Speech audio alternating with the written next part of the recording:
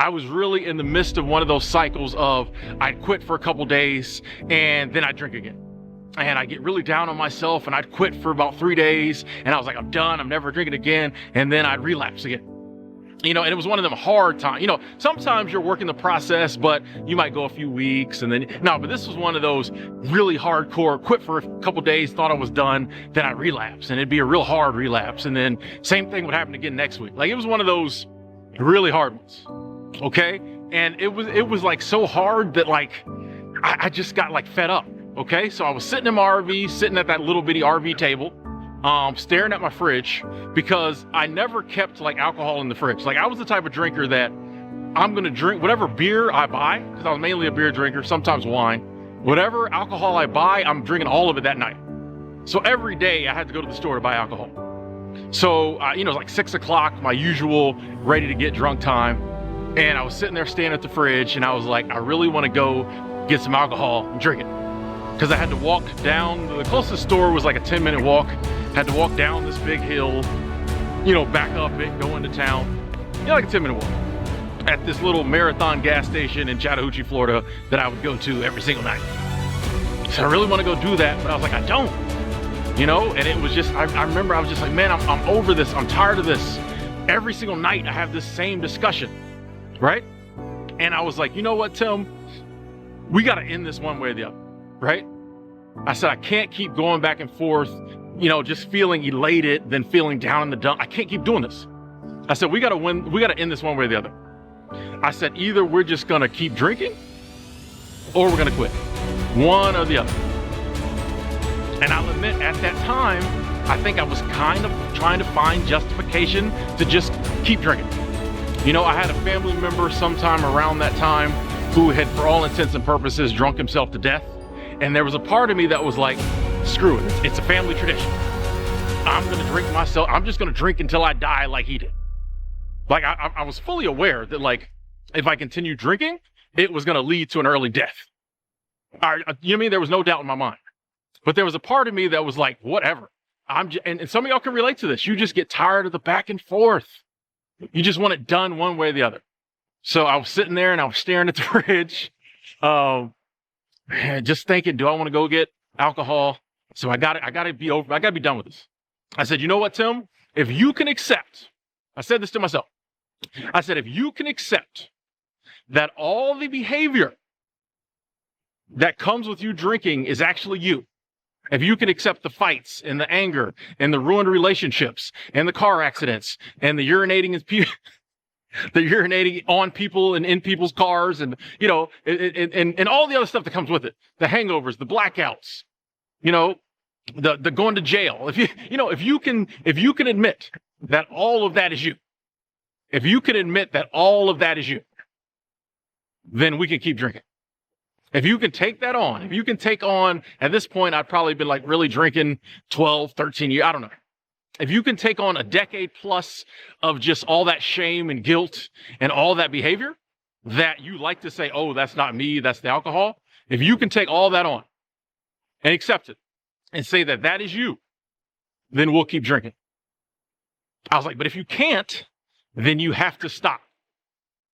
If we can't accept that that's us, then we'll have to stop, because that can't be how people view us the rest of our life. If you're not cool with that, you're going to have to stop. And like I said, at that moment, I was kind of looking for justification to just keep drinking and basically drink myself to death because I was over it. And there was a part of me that wished that I could come to terms with that and be like, okay, all right. That's me. I couldn't though. I could not. I remember sitting there at the table thinking about it, and I said, and this wasn't a quick conversation. This was, a while I've sat here because I had nothing else to do, because all I ever used to do was drink at night. So the nights I didn't drink, I had a lot of free time. When you're used to, drinking from 5:30 to like 10:30, that's a long period of time when you're not drinking. You're just sitting there. So I'm just sitting there and I'm like, I can't. I want to, but I can't. I can't say that that's me. And over the years, I've thought about this and I realize I'm so blessed for this. I had such a good example with my parents and a lot of the older people that I was around when I was younger. I had such good examples of like good people, good adults, you know? So in my mind, all that stuff I was doing drunk was not what a good person does. That is not a good life. That is not a responsible person. That is not how you act. You know, if I didn't have all those good examples, who knows? I might have been able to be like, you know what, screw it. But I realized I had such good examples growing up of like how you're supposed to act that I was like, that can't be me. It's not me. It's the alcohol, right? And I sat there and I sat there and I sat there and I was like, we got to quit. You know what I mean? I was like, we got to quit. We have to, because it's the only way we're going to get peace, because I needed peace. And I thought maybe if I gave in and was like, well, I'm just going to keep drinking, that would have given me peace. But I realized it couldn't. It couldn't. So I was like, the only way I'm ever going to get peace is if I quit. And in that moment, I knew I was going to quit. I knew. I didn't know when. I didn't totally know how, but I knew why. I knew why, because I was like, I will never be at peace in this life until I quit. So we are going to have to quit. That was the moment I knew I was going to get sober. You have to have peace in this life. Those of you who work in the process right now, I promise you get what I'm saying. It does not end until it ends with sobriety for a lot of us. Some people, you know, I think can accept, yeah, all this craziness I do drunk is fine. It's me, whatever. I couldn't. I know a lot of other people can't. And the only way to ever find peace and the only way to ever, you know what I mean, be living the life you were supposed to live and to actually be you is to quit.